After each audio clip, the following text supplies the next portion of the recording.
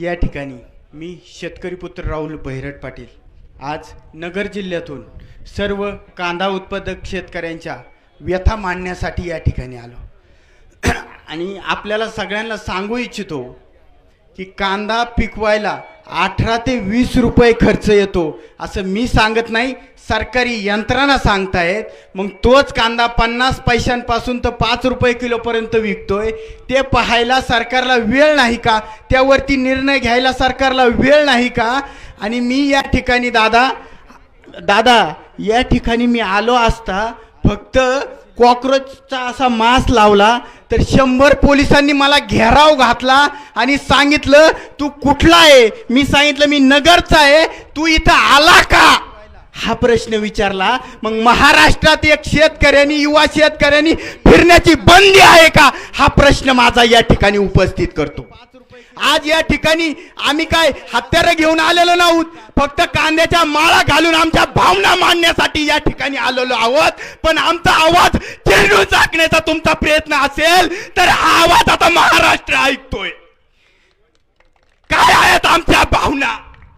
का आमच्या कांद्याला जर 18 ते 20 रुपये खर्च येत असेल तर त्याला 25 रुपये तरी किमान त्याच्या खिशात पैसे द्या इतकी शुल्लक मागणी करण्यासाठी आपण या ठिकाणी आलो असता तो आवाज दाबून टाकण्याचा प्रयत्न का होतोय?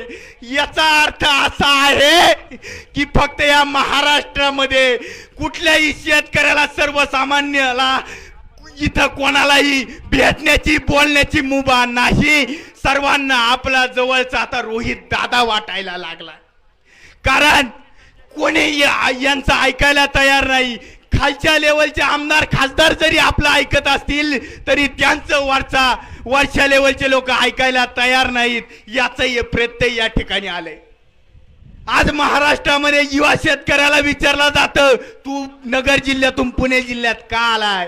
मग या ठिकाणी शिंदे साहेबांना विचारावं लागेल का तुम्ही साताऱ्याहून इथं का आलेत साहेब? रोहित दादांना विचारावं लागेल का तुम्ही तिकडून इकडे का आलेत? हा सगळ्यांना प्रश्न विचारा, मला हात जोडून विनंती आहे। आणि हा प्रश्न आम्हाला विचारण्यात पेक्षा हा प्रश्न सरकारला विचारा का यांना 25 रुपये बाजारभाव द्या, आम्ही परत रस्त्यावर उतरणार नाही। काय चुकी आहे? काय चुकी आहे शेतकऱ्यांची?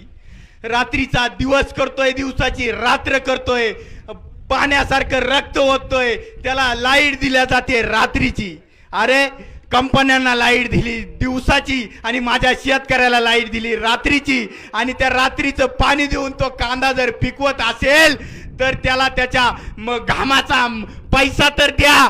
एवढी शुल्लक मागणी करण्यासाठी आम्ही या ठिकाणी येतो, पण आमचा आवाज दाबण्याचा प्रयत्न होतोय। मित्रांनो, सरकारला हात जोडून विनंती आहे का आम्हाला पदरचे पैसे घालून या ठिकाणी यायला कुठलीही हवस आलेली नाही। आमच्या कांद्याला 25 रुपये बाजारभाव जाहीर करून टाका, पुन्हा जीवनात आम्ही रस्त्यावरती उतरणार नाही। एवढंच या ठिकाणी सांगतो आणि थांबतो। रामकृष्ण।